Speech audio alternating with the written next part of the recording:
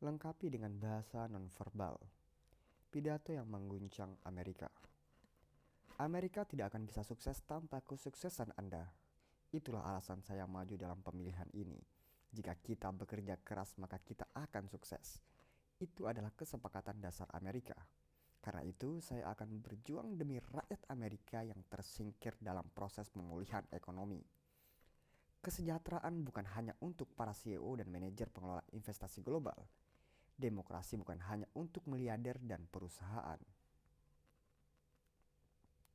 Pidato di atasmu diucapkan oleh mantan sekretaris negara Hillary Rodham Clinton pada 2005 silam setelah ia terpilih sebagai kandidat dalam pemilihan presiden Amerika Serikat.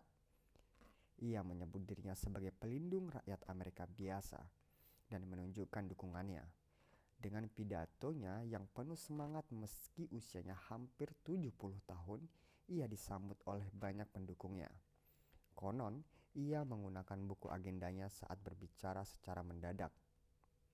Di situ banyak terdapat catatan peribahasa, kata mutiara, kutipan ayat Injil, serta isu-isu seputar sosial, budaya, dan ekonomi. Segala persiapan yang dilakukan membuat pidatonya mengandung emosi yang lebih kuat daripada orang lain, ditambah lagi dengan artikulasi dan nada bicara yang baik. Hillary memimpin dengan pasti di antara kandidat presiden lainnya jika dilihat dari pidato publik. Pidatonya menunjukkan karisma yang kuat, sorot matanya yang penuh percaya diri dan gesturnya menempati porsi lebih dalam menyukseskan pidatonya. Hal ini dapat dilihat jika kita membandingkannya dengan kandidat Partai Demokrat lainnya, Bernie Sanders. Ucapannya jujur dan tegas, namun gerakan tubuhnya kurang halus. Kepalanya yang terlalu menjulur ke depan membuatnya tampak terbungkuk. Ia menjadi terlihat begitu tua dan renta. Hal inilah yang membuat daya saingnya turun saat berbicara. 90% ucapan dibentuk oleh suara dan gerak tubuh. Albert Mehrabian, masih bacanya, Albert Mehrabian, maaf kalau salah, psikolog sekaligus pakar komunikasi Amerika menyebutkan bahwa suara dan gerak tubuh merupakan unsur sangat penting dalam berbicara. Menurutnya, ucapan dipengaruhi 7% oleh isi, 38% oleh suara, dan 55% oleh gerak tubuh. Suara dan gerak tubuh dapat membuat perbedaan besar terhadap isi ucapan yang sama. Untuk bisa berbicara dengan baik, unsur nonverbal seperti gerak tubuh harus diterapkan dengan baik. Mari kita lihat 5 unsur nonverbal untuk memikat hati para pendengar. Cara-cara ini sangat berguna tidak hanya saat berbicara, tapi juga dalam kehidupan sehari-hari. 1. Penampilan yang baik. Obrolan dimulai dari pertemuan antara seseorang dengan orang lainnya, sehingga kesan pertama amatlah penting. Seseorang menilai lawan bicaranya dalam waktu yang sangat singkat, sehingga kita harus memiliki penampilan yang berkesan. Perhatikan mulai dari gaya rambut. Para artis mengubah bentuk rambutnya untuk menyesuaikan diri dengan berbagai karakter drama yang dibintanginya. Karena rambut memegang peran yang sangat penting dalam menunjukkan karakter. Oleh karena itu, rapikan rambut yang dapat menunjukkan nilai dan pekerjaan Anda. Begitu juga dengan pakaian. Gunakan pakaian dengan gaya yang baik dalam setiap pertemuan, wawancara, dan presentasi. Pilihlah dress atau kemeja formal yang dapat menunjukkan gaya Anda. 2. Selalu tersenyum. Kita mudah tertarik dengan orang yang berwajah cerah dan tenang. Sebaliknya, orang-orang akan menjauh dari orang yang berwajah gelap dan gelisah. Senyum memiliki daya untuk membuat hati yang melihatnya menjadi gembira dan akan merambat kepada banyak orang dalam waktu singkat.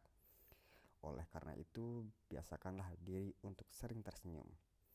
Jika Anda pernah naik pesawat, Anda pasti pernah merasakan perasaan yang senang saat melihat senyum cerah para pramugari. Senyum tersebut tidak hanya untuk hari itu, tetapi mereka berulang kali berlatih menaikkan sudut bibir dengan cara menggigit pulpen. Ada tiga hal yang harus diingat untuk membentuk sebuah senyuman. Pertama, selalu melemaskan otot wajah. Anda dapat berlatih dengan mengernyit dan melemaskan wajah, atau mengucapkan huruf vokal dengan membuka mulut lebar-lebar. Kedua, tariklah sudut bibir sesering mungkin. Anda dapat mengetahui sudut mana yang tidak naik saat berkaca sambil tersenyum. Maka perbanyaklah menggunakan sudut tersebut.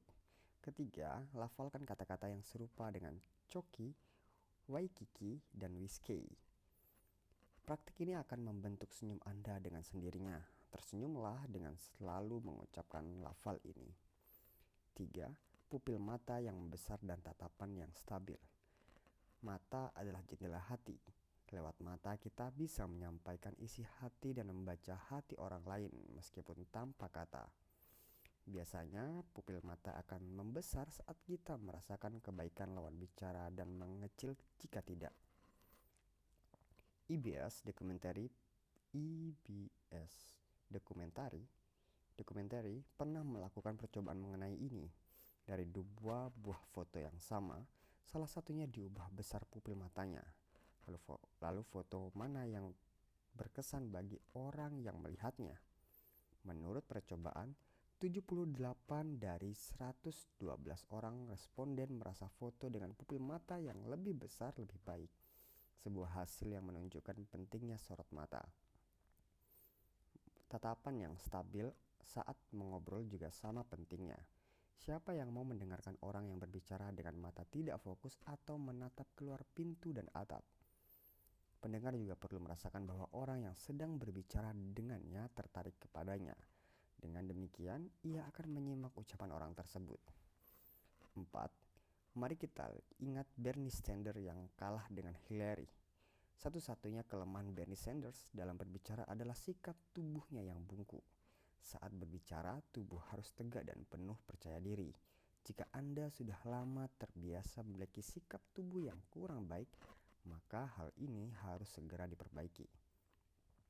5. Gestur yang tepat. Gestur dengan memberikan banyak makna bagi lawan bicara.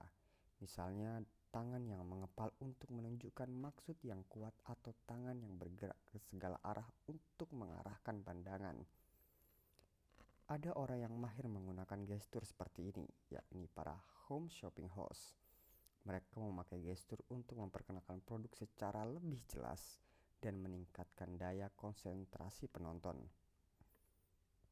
Gestur dengan tangan yang baik biasanya memperlihatkan telapak tangan dan bergerak dari dalam keluar. Rajin berlatih di depan kaca akan membuat Anda menemukan gestur yang tepat dan terbiasa menggunakannya. Terima kasih sudah mendengarkan. Ternyata babnya banyak. Jangan lupa untuk di-share. Terserah di sosial media kalian biar banyak pendengarnya dan biar saya semakin semangat. Terima kasih.